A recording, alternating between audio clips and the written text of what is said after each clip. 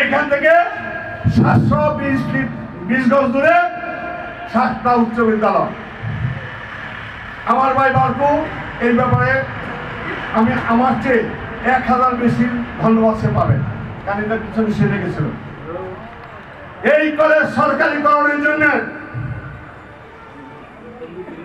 আমাদের আবেদন ছিল,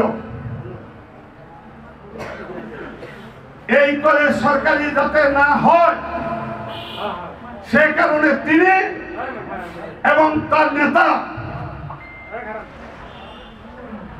এমন কোন কাজ করে নাই, এমন কোন জায়গায় যায় নাই, এমন কোন অপকর্ম করে নাই যেটা আপনারা চিন্তা করতে পারবেন না। অর্থাৎ ইস্পাহানি কলেজ সরকারিকরণ হোক এটা সে চায় নাই। আর সে তার নিজের এলাকায় করার জন্য অনেক চেষ্টা করেছে, অনেক দুর্ব্যবহার করেছে। আমাদের প্রিয় নেতা অ্যাডভোকেট মোহাম্মদ কামরুল ইসলাম সাহেব তার সেই কথার উত্তর দিয়েছে ইস্পাহানি বিশ্ববিদ্যালয় কলেজকে সরকারিকরণের মধ্য দিয়ে। 7টা উচ্চ বিদ্যালয় এইটা সরকারিকরণ করার জন্য যে চেষ্টা হয়েছে 7টাই হবে এমন কোনো কথা নেই। মানে এর আগে একটা সরকারি স্কুল হওয়ার কথা, হাই স্কুল ভাগ্যচক্রে 7টা উচ্চ বিদ্যালয়টা এসেছে কারণ উপজেলার কাছে, এবং এটা মডেল স্কুল হিসাবে ইউনো মহোদয় এটা পরিচালনা করতেন, তার কাছ থেকে নামটা গিয়েছে, সে কারণে 7টা উচ্চ বিদ্যালয়টা সরকারি খাতায় নাম এসেছে। এইটার জন্য যত ধরনের বিরোধিতা করা দরকার সব করেছে, ভালোবাসে মডেল থানা মানুষকে, কিন্তু যা বিরোধিতা করা দরকার তাই করেছে, সেও করেছে, তার নেতাও করেছে। কিন্তু কামরুল ইসলাম সাহেব সেটাও সরকারিকরণ করে তাদের ক্ষমতা কি সেটা তিনি দেখিয়ে দিয়েছে। আমরা ক্ষমতার বড়াই করি না, আমরা ক্ষমতার বড়াই করি না, কিন্তু আমাদের একটা শক্তি আছে। সেই শক্তিটা কি? সেই শক্তি হল মাটির শক্তি, সেই শক্তি হল নারীর শক্তি, সেই শক্তিটা হল এই রুট পরিমাণ আওয়ামী লীগের শক্তি। বাংলা আজকে আবেগের কথা, আমার মনের কথা, আমার প্রাণের কথা, এই ক্যারিগঞ্জের দু একজন কৃতি সন্তানের নাম যদি আমরা না বলি তাহলে আমরা অকৃতজ্ঞ থাকবো এবং আমরা আওয়ামী পরিবারের কাছে বেঈমান হিসেবে আখ্যায়িত হব। এই ক্যারিগঞ্জের কৃতি সন্তান, আওয়ামী লীগের সংগঠক, মুক্তিযুদ্ধের সংগঠক, ঢাকা জেলা আওয়ামী লীগের এককালীন সভাপতি, স্বাধীনতা উত্তর বাংলাদেশে এই ক্যারিগঞ্জের প্রথম এমপি, কলাতিয়ার কৃতি সন্তান বোরহানুদ্দিন আহমেদ গগন, তাকে আমরা স্মরণ করি। জয়নগরের কৃতি সন্তান রবীন্দ্র সঙ্গীতের প্রধা, ছায়ানটের প্রতিষ্ঠাতা ওয়াহিদুল হক শরীফকে আমরা স্মরণ করি।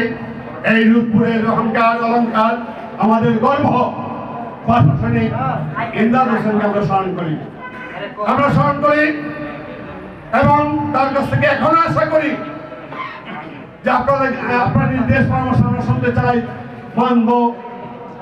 আপনার জীবদ্দশায় এই ক্যাবিনেটকে আরো কিছু দিয়ে যান। মুক্তিযুদ্ধের কিংবদন্তি, যুদ্ধকালীন ঢাকা জেলা মুক্তিযোদ্ধা কমান্ডার, ক্যাবিনেটের কৃতি সন্তান, বঙ্গবন্ধুর ভাবশিষ্য জননেতা আলহাজ মোস্তফা হোসেন মন্ডলকে আমরা স্মরণ করতে চাই, অধ্যাপক হামিদুর রহমানকে স্মরণ করতে চাই, শামসুল্লাহকে স্মরণ করতে চাই। আমি এই রুদপুর ইউনিয়ন আওয়ামী লীগকে বলবো যে আপনাদের অফিসে যারা সংগঠক ছিল মুক্তিযুদ্ধের তাদের একটা তালিকা আপনারা করবেন, আর এই করোনাকালীন সময়ে যাদেরকে আমরা হারিয়েছি তাদের স্মরণে আমরা একটা স্মরণ সভা যাতে করতে পারি। আমরা সারা ক্যারিগঞ্জে গণথানা উদ্যোগে আমরা সেটা করবো, আপনাদের সেই তালিকাটা আপনাদেরকে দেবেন। আর আগামী সপ্তাহে যেটা বালগোপা বলেছে যে আগামী শনিবার দিন আমরা রূপপুর ইউনিয়নের একটা কর্মী সভা করবো। কেন রূপপুর ইউনিয়নের প্রথম কর্মী সভাটা দিচ্ছি, সে আবেগের কথাটা আমি বলে আমার কথা শেষ করতে চাই। দাদা, এই সেই মাটি 1975 সালের 15 আগস্টের পরে আওয়ামী লীগকে পুনর্গঠিত করার জন্য যখন আমাদের নেতা মোস্তফা মহসিন মন্টুর নেতৃত্বে এই ভাইয়েরা যখন আমরা বিভিন্ন জায়গায় হাঁটি হাঁটি পা পা করে হাঁটতে চেষ্টা করেছিলাম, তখন কোনো জায়গা পাইনি। সর্বপ্রথম সেই জায়গা থেকে আওয়ামী লীগ পুনর্গঠন করার জন্য আমরা শুরু করেছিলাম, সেটা এই রূপপুরের সোনাগান্ধার মাটি। যার কারণে আমার পক্ষ থেকে সেই রূপপুরবাসীকে যার কারণে আমরা শপথ দিয়েছি কেরানীগঞ্জ মডেল থানা নতুন থানা, কেরানীগঞ্জ মডেল থানা আওয়ামী লীগ এই আহ্বায়ক কমিটি নতুন কমিটি। সুতরাং 75-এর পরে যেখান থেকে শুরু করেছি এই মডেল থানা আওয়ামী লীগ সেখান থেকে শুরু করতে চাই। আপনাদের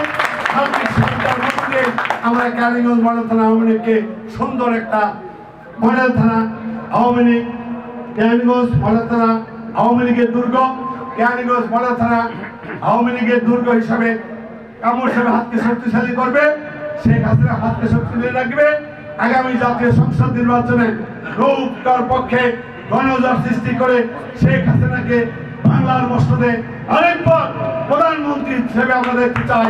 এই খবর প্রিয় ভাই বোনেরা, আমি অনেক কথা বলে ভুলেছি, একটি কথা বলে শেষ করতে চাই। আগামী ইউনিয়ন পরিষদের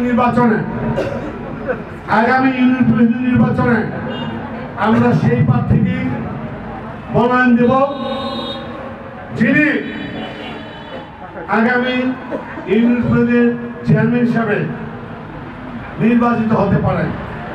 যোগ্য, সৎ এবং মুক্তিযুদ্ধের চেতনা বিশ্বাস করে সর্বোপরি আমাদের প্রিয় নেতা, আমাদের রাজনৈতিক অভিভাবক অ্যাডভোকেট মোহাম্মদ কামরুল ইসলামের পক্ষে যিনি সর্বোচ্চ ত্যাগ স্বীকার করেছেন, এই ইতিহাসকার আছে, তাকে আমরা আগামীতে ইউনিয়ন পরিষদের নির্বাচনের চেয়ারম্যান হিসেবে প্রার্থী করব।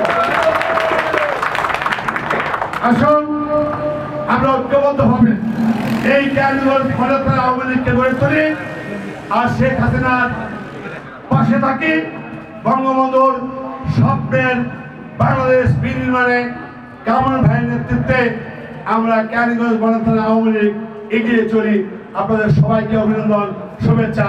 জয় বাংলা, জয় বঙ্গবন্ধু, জয় বাংলাদেশ।